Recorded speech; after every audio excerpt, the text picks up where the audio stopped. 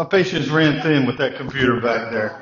So we're streaming it from the church website anyway. All right. So welcome tonight to Heaven Bound Baptist Church Wednesday night Bible study.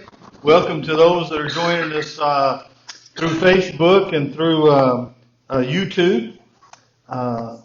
We did have a little bit of technical difficulty, but about slammed it up against the wall back there, so I'll have to fix it afterwards. So tonight we're going to, we should finish chapter 17 here. We are in Revelation chapter 17, verse 6 is where we pick up tonight. Verse 6.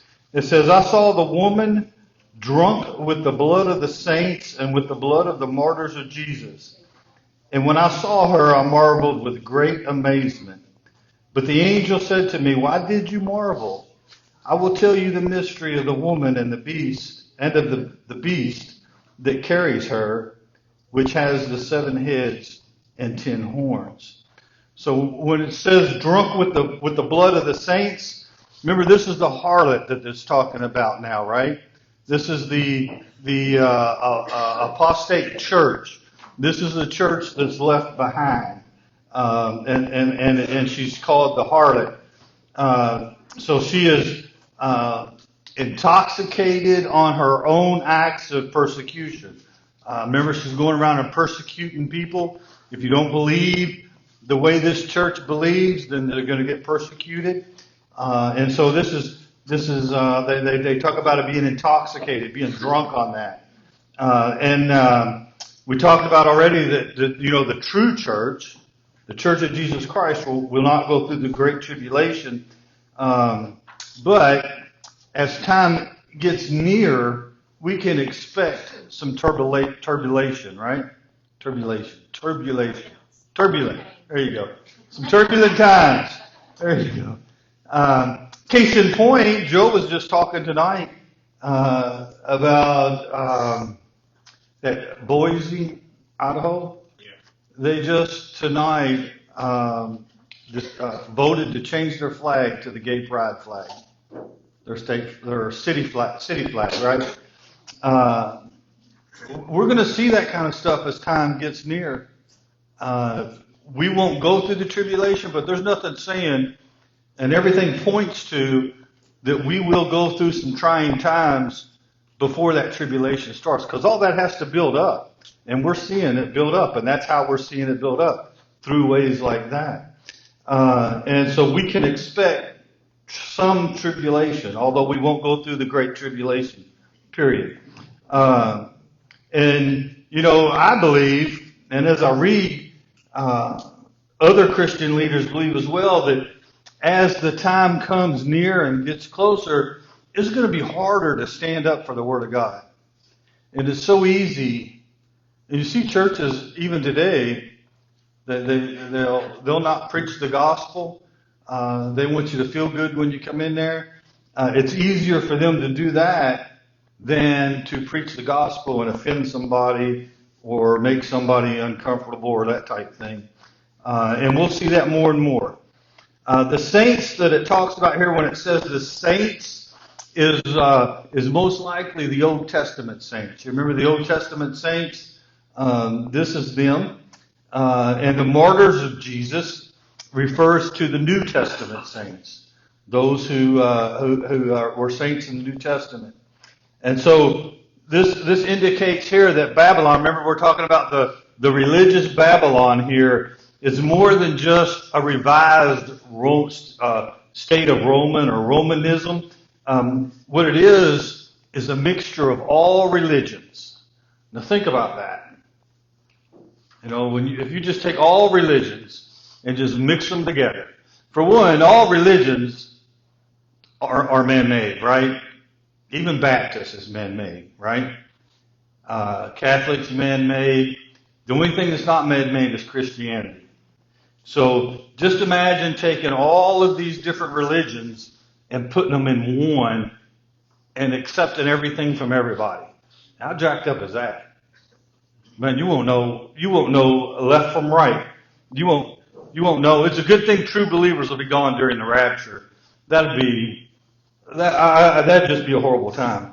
But that's what this is like, this harlot that we're talking about here. So this will be what's left over after the church is gone. And so this Babylon that we're talking about here is a composite religious system that includes everything.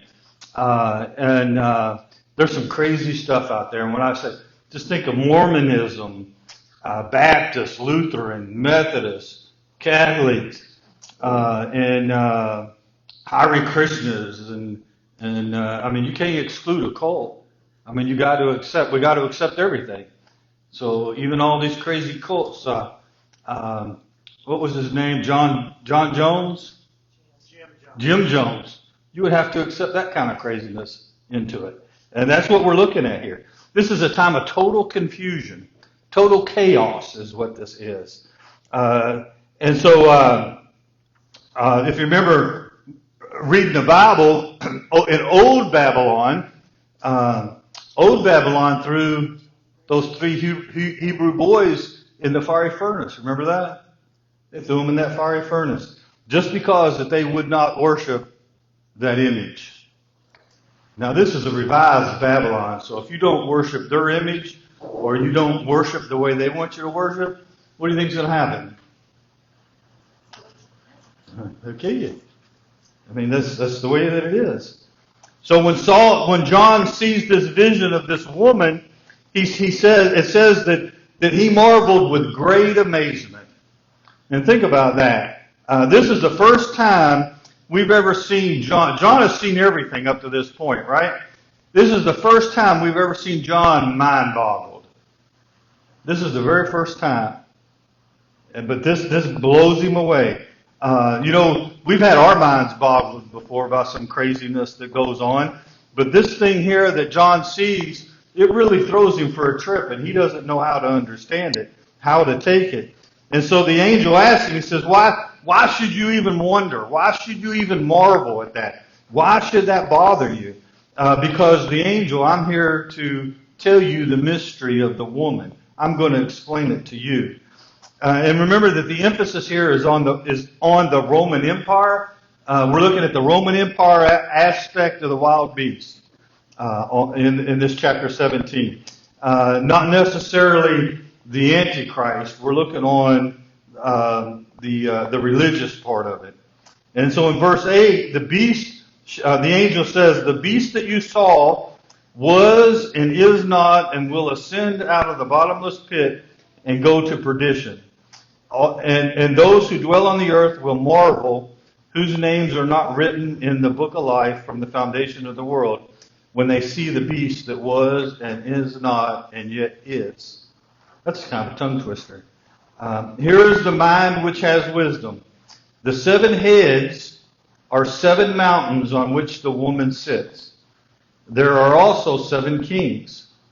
5 have fallen, 1 is, and the other is not yet come.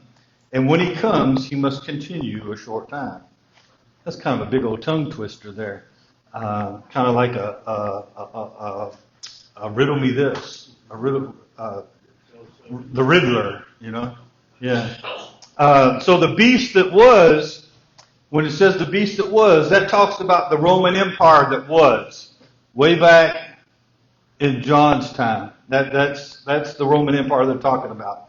Is not refers to the present condition of the Roman Empire. It's fragmented right now. But it's fragmented. It's not dead. It's just fallen apart into nations all over Europe today. Nations all over Europe make up the Roman Empire. So it's just fragmented right now, right? So it is, but it is not. It's there, but it's not really the Roman Empire. It is not dead. It's just there. It's just fragmented. And will ascend out of the bottomless pit. This talks about the reactivation of the Roman Empire by Satan. Satan is the one that's going to reactivate the Roman Empire. And I've said before that, many people have attempted to put back the Roman Empire, if you think about it, but they failed. Satan is the only one that will be successful. Napoleon tried it, and he didn't do it. Hitler tried it. That's what Hitler was trying. Mussolini tried it. They all tried it. And they couldn't do it. But Satan will come back and put it back together. The beast, who is the Antichrist, is going to be the one who puts it back together in the end, because Satan is going to be there to help him put it back. And to go to perdition speaks of the destruction of the Roman Empire by the second coming of Jesus Christ. The reappearance of this Roman Empire, it's going to be in its great form. It's going to have great power, and it's going to win. And this is going to win the admiration of all kind of people, all the people that are left here. People are going to fall for this one world religion kind of thing, and they're going to think it's the best thing since sliced bread. And everything that the Antichrist and the beast do, people are they're just going to suck it right up and fall for it and think it's the best thing since sliced bread. And they won't understand how stupid that it is. They won't get it. They'll just fall for it. And so here are also 7 kings. And I found this interesting. I had to do a lot of research on this one. It's taken by some people to mean rulers. These 7 kings. One of the people I was reading or following, he said this. He said that one of these 7 kings, was Julius Caesar, and he was assassinated. Right? Tiberius, he was poisoned or smothered. Caligula was assassinated. Claudius was poisoned. Nero committed suicide. Those are 5 of the leaders that they believe, the consensus that I can see that they believe that they're talking about there.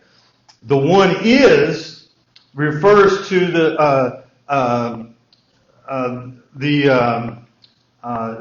Domitian was the guy's name. He was living during John's time. Domitian is his name. But he was assassinated, so he would be the one that is. So that would be the 6th one. The 7th one would be the one where it says the other has not yet come. This is the 7th king. And take a guess who that refers to. False prophet. Antichrist, yeah. False prophet, Antichrist. There were other commentators that think that these 7 kings refer to different forms of government that Rome is going to go through. But either way you look at it, the Bible doesn't really explain what those 7 kings are. But it's going to be a horrible time.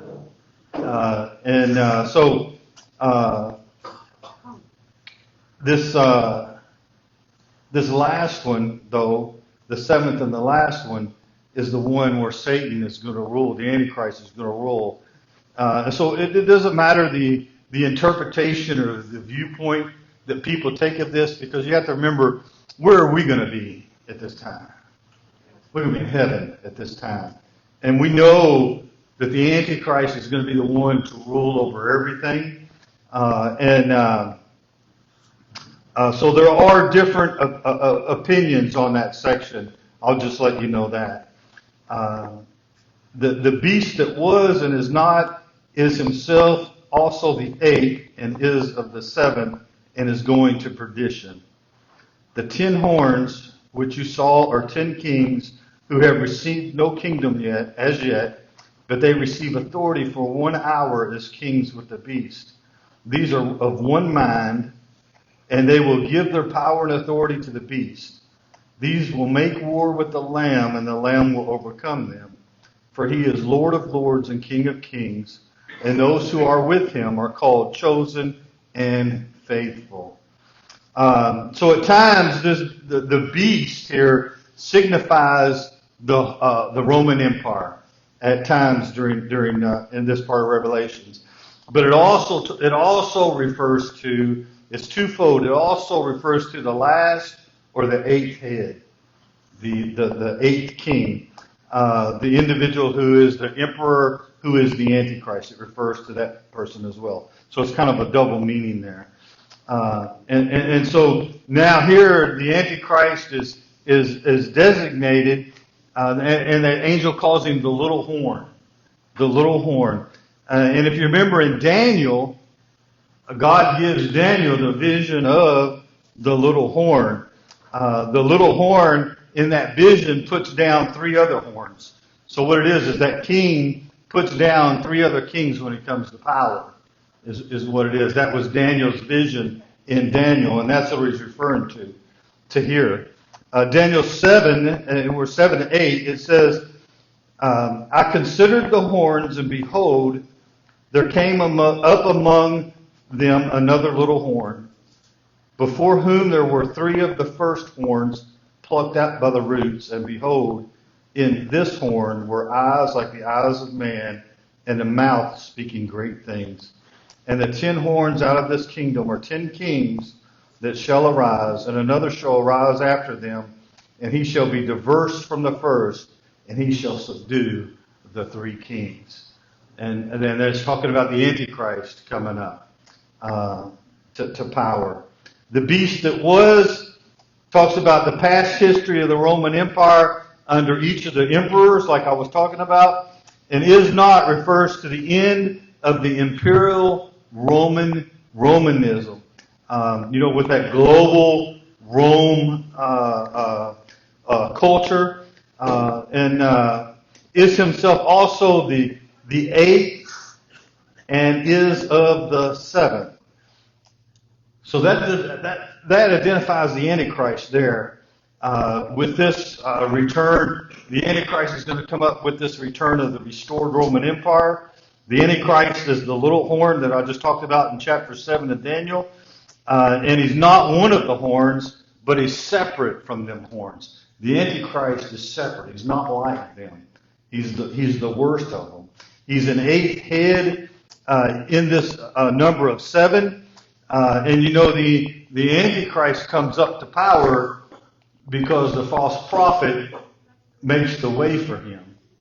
And Satan is the one that is behind all of that. He's the one that supports it, that puts him into power. And the 10 horns that they talk about are the same 10 horns in Daniel 7:7. And so these 10 kings will evidently somehow reign with the Antichrist. But he's going to be over them. He's going to be more powerful than they are. And they are either willingly or unwillingly going to give power to the Antichrist. At some point, everybody that's left here, every government, every ruler, every king, is going to succeed power to the Antichrist. So the Antichrist is going to have power over everything. Religion, economy, everything. And then all the other leaders will be just like puppets, And we have puppet leaders now. Plenty of puppet leaders.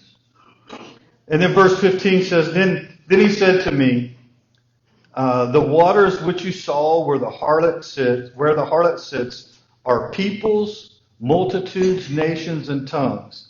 And the 10 horns which you saw on the beast, these will hate the harlot, make her desolate and naked, eat her flesh, and burn her with fire. For God has put it in their hearts to fulfill his purpose, to be of one mind, and to give their kingdom to the beast, until the words of God are fulfilled. And the woman whom you saw is that great city which reigns over the kings of the earth. The figure here it's in harmony with the Old Testament. The same that's used in the Old Testament. If you look, jot down and go back and read Isaiah 8:7 and Psalms 18, and that wording is in line with those verses in the Old Testament. This position that the harlot has reveals that at some point this harlot is going to have control over them, even if it's for a short time. At some point, this apostate church is going to have control over all nations, if just for a brief time. The 10 horns, like I said, are 10 kings. They're told in verse 12.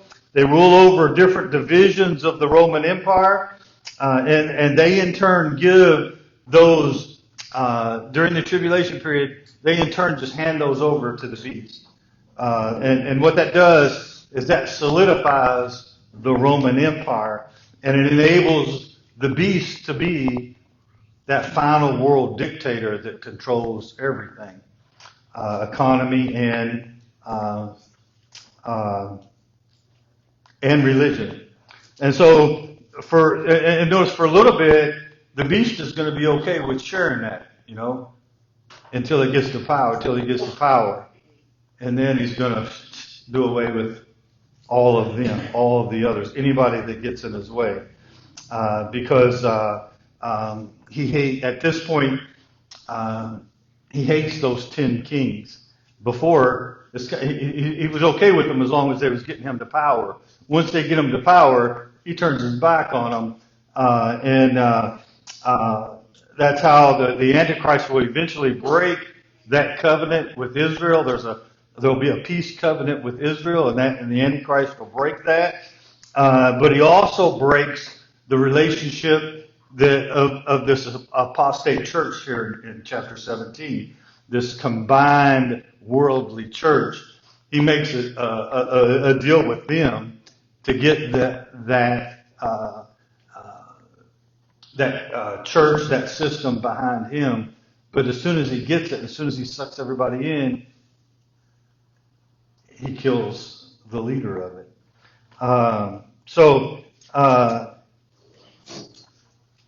The Antichrist will finally destroy it. What happens here is once that church is out of the way, once that apostate church is out of the way, that clears the way now for who they're going to worship. The beast, the Antichrist.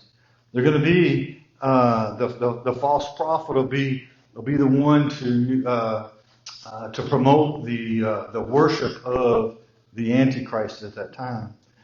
So he'll get this church, there's different religions that have been meshed together, and once they get into position, once they get into power, and everybody starts believing and following them, then the Antichrist will kind of buddy up to them and get them on his side, and then the Antichrist, it'll be easier for the Antichrist to take that over.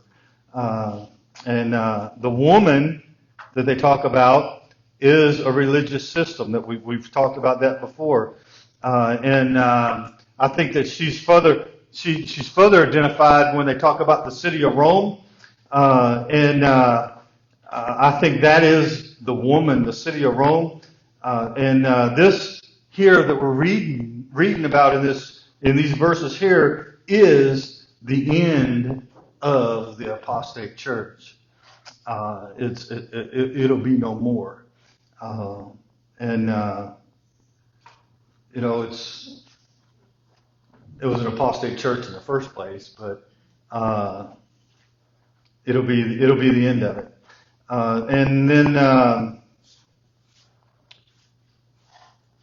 Let's see. As we enter into chapter 18, then we're going to see a little bit more about about Babylon. We'll talk about the one world government that's going to take place. And remember that chapter 17 and 18 go together, and this is taking time out so that it can be explained to us what happens with the church after we leave, after the rapture, and after all of God's children are taken away. That this apostate church forms, I can see it. Right after the day after the rapture, people will be going to church. Just like it was any other Sunday. That's why when we come, we need to make sure, that we have that relationship with Jesus Christ, and we're just not here to check off a box. That we're here truly to worship We're here to worship God. That's what we're to do.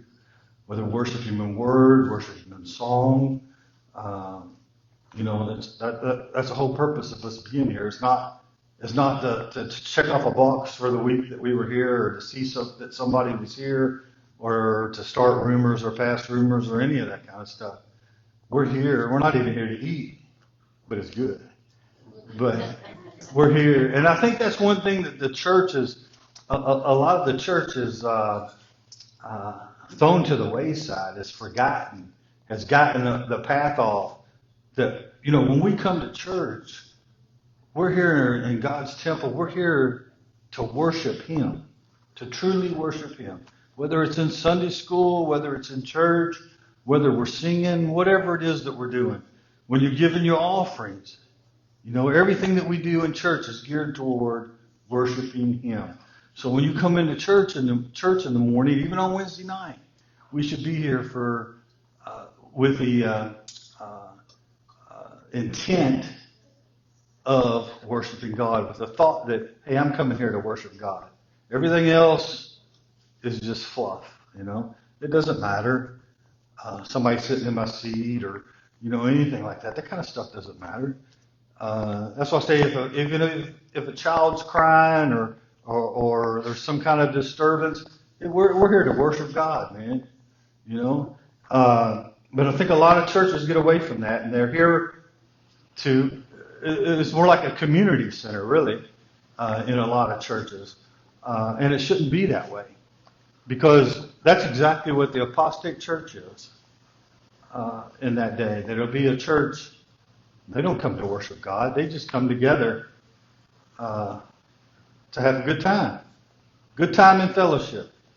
But we have to remember that we're here to worship God. That is the reason that we are here at church, is to worship God, and how we do that. And it's important to how we do it. And so this ends chapter 18 or chapter 17, and then next week we'll start on chapter 18.